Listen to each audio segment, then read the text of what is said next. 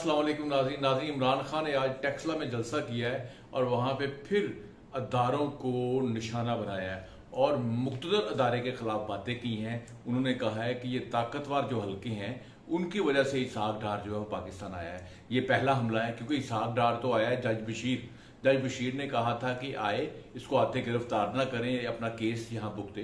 तो वो केस भुगतने के लिए जज बशीर साहब की अदालत में ट्रायल कोर्ट में एक दफ़ा पेश भी हो चुका है।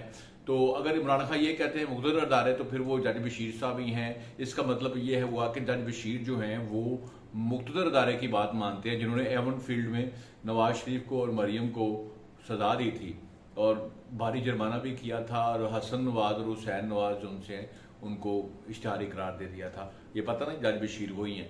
तो इसका मतलब है कि जो हमारी अदालतें हैं वो एस्टैब्लिशमेंट की बात मान रहे हैं इमरान खान के मुताबिक, जो इमरान खान का जहन है। दूसरा, मरियम नवाज ने कहा है कि आप पहले छुप छुप के मिलते हो, फिर उसके बाद घटियापन पे उतर आते हो। जब आपकी बात नहीं मानी जाती, जब आप तरले मिन्नतें करते हो, उनकी पूरी, आपने खुद देखा कि शुरू में जलसों में वो अदारों के खिलाफ बहुत बातें कर रहे थे, ये न्यूट्रल है, ये जो न्यूट्रल है ये न्यूट्रल जानवर होता है। फिर मतलब उसको उन्होंने अबू जहल, फिरौन, फिर यजीद, इस तरह की लाइनें उन्होंने बोली हैं। और उनके जो वर्कर्स हैं उन्होंने बाकायदा आर्मी चीफ के खिलाफ नारेबाजी लगाई की है, और उसके बाद बाहर के मुल्कों में प्रॉपर हमारी फौज को गालियां भी दी गई हैं। इसके अलावा जनाब आप देखें कि जब हमारा एक जहाज़ गिरा था जिसमें एक मेजर जनरल जो थे वो शहीद हुए थे, उनके साथ बड़े ब्रिगेडियर, कर्नल, मेजर, इस तरह के लोग भी शहीद हुए थे। तो उनके शहीद होने पे जो सलाबजदगान के लिए ऊपर से फ़ज़ाई जायज़ा ले रहे थे कि कहीं कोई नुकसान कितना हुआ है, हालात किस तरह के पैदा हुए, तो वो त्यारा गिरा और फौत हो गए, वो शहीद हो गए। तो खान साहब ने और उनकी खान साहब की जो टीम है, सोशल मीडिया टीम, तो उन्होंने इस तरह से खुदा ना खासा कहा चंगा ही होया है, इस तरह की बात, मतलब जो भी उन्होंने बातें की हैं, बात की है। तो खान साहब की प्रॉब्लम ये है कि खान साहब की आदत है कि पहले वो इदारों को धमकियां देते हैं, उनको तड़ियां लगाते हैं, उससे फिर उसके बाद उनसे माफ़ियाँ मांगते हैं, चाहे हमारी अदालतें हों, चाहे हमारी इस्टेब्लिशमेंट हो, और चाहे वो हमारे ब्यूरोक्रेट्स हों। क्योंकि खान साहब पीछे उस दिन जेबा जज जो उनसी हैं उनकी अदालत में भी माफ़ी मांगने गए थे, और काला चश्मा लगा के गए थे, और वहाँ भी जाके कह के आए थे कि कहना कि खान आया था, माफ़ी मांगना चाहता था, रीडर बता देना कि खान आया था, माफ़ी मांगने आया था, मेरे किसी वर्ड से, मेरे किसी फिक्रे से अगर उनको दुख हुआ है तो मैं माफ़ी मांगने आया था, माफ़ी तो नहीं मांगी। दूसरी जो आप गेम चल रही है आजकल जनाब साइफर की, मैं तो ये हैरान हूँ कि जो साइफर कहानी है ये बड़ी मतलब पेचीदा होती जा रही है कि साइफर है क्या। मैं आज आपको समझाऊंगा कि साइफर है क्या। साइफर जनाब, अगर तो वो अमेरिकन सफीर ने खुद लिखा हो और वो स्टैम्प्ड हो यूएसए से, उनके फॉरेन ऑफिस से, उसका कलर फर्क होता है, वो होता है साइफर। तो ये जो हमारा साइफर है ये जनाब असद मजीद साहब, जो जो हमारे वहां पे सफीर थे, डिप्लोमेट थे यूएसए में, उनकी ऑब्जर्वेशन है। उन्होंने अपनी ऑब्जर्वेशन बना के एक साइफर बना के इनको भेज दिया है। आगे उस साइफर को अपनी मर्जी के मुताबिक उसके मिनट्स आजम खान साहब ने घड़ लिए हैं, खान साहब के मशवरे से कि हमने अमेरिका का नाम नहीं लेना, आपने बस चुप रहना है, इस पे खेलना है। आपने वीडियो जो ऑडियो कॉल्स, 2 ऑडियो कॉल्स आ चुकी हैं, वीडियो भी आ सकती है, ऐसी बात नहीं, जहां ऑडियो आ गई वहां वीडियो भी आ जाएगी, फिर भी ये नहीं मानेंगे। और जो कौमी यूथ है और मरांडूज है वो तो बिल्कुल नहीं मानेंगे। और इनको मतलब मैं हैरत की बात है कि उसको अपने मतलब दिए हैं, उसकी फिर कराई है फोटो कापियां, उसकी कॉपियां करवाई हैं। एक कॉपी प्राइम मिनिस्टर हाउस में थी, एक पता नहीं इन्होंने कोई प्रेसिडेंट साहब को भेजी हुई है, एक अदालत में भेजी हुई है। और इसके बाद खान साहब अभी भी कह रहे हैं जो हमारा फॉरेन ऑफिस है उसमें जो मास्टर कॉपी है वो जो मास्टर कॉपी है वो क्या है, हमने देखना। ये जो मास्टर कॉपी है वो वही है जो इन्होंने मनगढ़ंत बनाई है खुद से।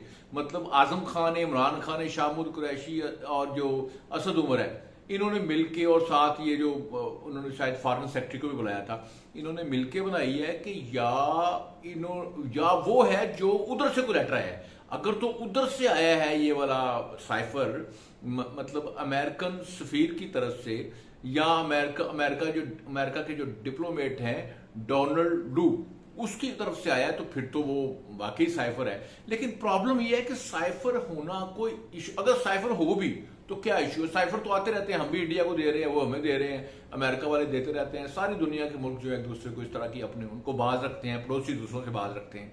मसला क्या आ रहा है इधर कि ये कह रहे हैं कि जनाब साइफर आया है, फिर उन्होंने साजिश की है, हमारे बंदे तोड़े हैं, उनको पैसा लगा है, फिर वो जो नो कॉन्फिडेंस मूव आई है वहां पे टेबल हुई है, वो अमेरिका के कहने पे हुई है। इतराज इस बात पे, इतराज इस बात पे है कि खान साहब अगर वो अमेरिका के कहने पे आपके खिलाफ नो कॉन्फिडेंस मूव आई है तो फिर तो ये बनता है एतराज, बहुत बड़ा एतराज बनता है। अमेरिका के कहने पे अमेरिका ने पैसे बांटे हैं, जो आपकी पार्टी के बंदों को तोड़ा है, एमकेएम को तोड़ा है, बाप पार्टी को तोड़ा है, क्यू लीग के बंदे तोड़े हैं, बलोच सरदार तोड़े हैं, उनको दिया है अमेरिका ने पैसा, और आपको वो मनी ट्रेल देना पड़ेगी या सबूत देना पड़ेंगे। उसके बाद होती है ये साजिश। प्रॉब्लम ये साइफर का मसला नहीं, साइफर से आगे अमेरिका ने इसकी हुकूमत गिराई है पैसे लगा के। असल झगड़ा इस बात पे है कि कौन से पैसे लिए हैं, कौन सा अमेरिका ने हमें खरीदा है, जिसकी वजह से ये कहते हैं इंपोर्टेड हुकूमत, कहते हैं ना इंपोर्टेड हुकूमत, फिर अमेरिकी गुलामी, हकीकी आज़ादी, ये जो नशे हैं, ये जो जिसपे कौमी यूथ और मरांडूज बहुत खुश होते हैं, गाड़ियों के पीछे लिखा हुआ है absolutely not. Low absolutely not की कहानी सुन लें।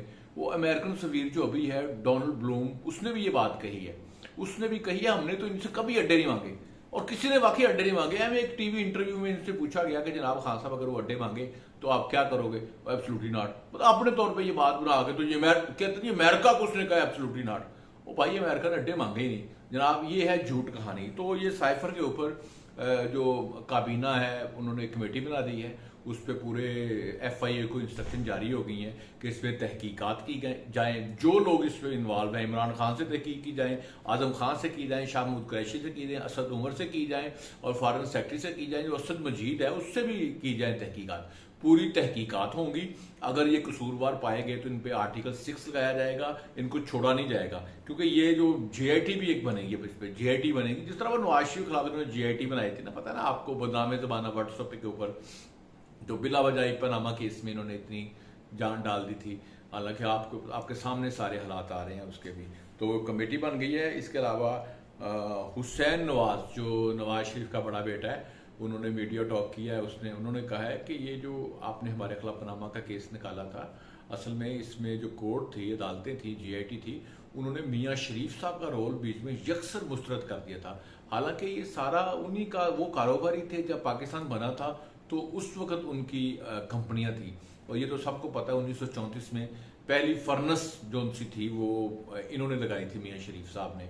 उसके बाद फिर इत्तेफाक फाउंड्रीज, बड़े बिजनेस थे। तो उन्होंने कहा है कि ये जो मतलब अगर ये मेरे दादा जान का रोल बीच में लेके आए तो इनको सारी समझ आ जाएगी, क्योंकि ये दादा की प्रॉपर्टीज हैं, उसको वो नवाज शरीफ की प्रॉपर्टीज कह रहे हैं, ना उसको शहबाज शरीफ की कह रहे हैं, ना उसको अब्बास शरीफ की कह रहे हैं माफ कीजिएगा, ना उसको किसी और की कह रहे हैं। जो प्रॉपर्टीज दादा की तरफ से ये प्रॉपर्टी, असल में जो फ्लैट्स हैं ये कतरी खानदान से मियाँ शरीफ ने लिए थे, जो कैश इन्वेस्टमेंट की उनके साथ की थी, और ये 1993 से जो ऑफशोर कंपनीज हैं, तो नीलसन और नेस्कॉन उनके नाम पे थे, और वो कंपनियां जो थी वो एक बेरर सर्टिफिकेट होते हैं उनके नाम, 2 बेरर सर्टिफिकेट, एक नीस्कोन का और नेस्कोन का। वो बेरर सर्टिफिकेट जिसके हाथ में हो ना, वो कंपनीज उसकी होती हैं, और वो फ्लैट वो ओन करता है। 1993 से इनके पास है, लेकिन ये जब UK में कानून चेंज हुआ तो ये 2006 में हुसैन नवाज ने अपने नाम करवा लिए, क्योंकि कानून जो चेंज हो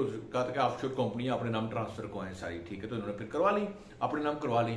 तो दूसरा ये जो ऑफशोर कंपनीज हैं, इनके बेरर सर्टिफिकेट हुसैन नवाज जब JIT में आया था तो उनको दे के गया था कि ये बेरर सर्टिफिकेट हैं, ये 2 कंपनीज हैं, ये कतरी खानदान से इन्होंने ये कंपनीज जब खरीदी हैं, तो साथ ही फ्लैट्स भी हमारे पास आ गए। वो फ्लैट्स जोन कंपनीज जोन थी, ये फ्लैट ओन करते थे। तो वो जो मियाँ शरीफ का रोल है ना, तो दादा का रोल है, वो बिल्कुल यकसर नैब जो है वो मुस्तरद करता है। वो कहता है जिसका बेटा के पास पैसे होते हैं ना, वो उसका बाप ही जिम्मेदार होता है। आप खुद फैसला करें कि पाकिस्तान में कितनी फैमिलीज हैं, कितने पोते हैं, कितनी पोतियां हैं, कितने मतलब इस तरह के खानदान हैं जो अपने दादा की जायदाद की वजह से अमीर हुए हैं।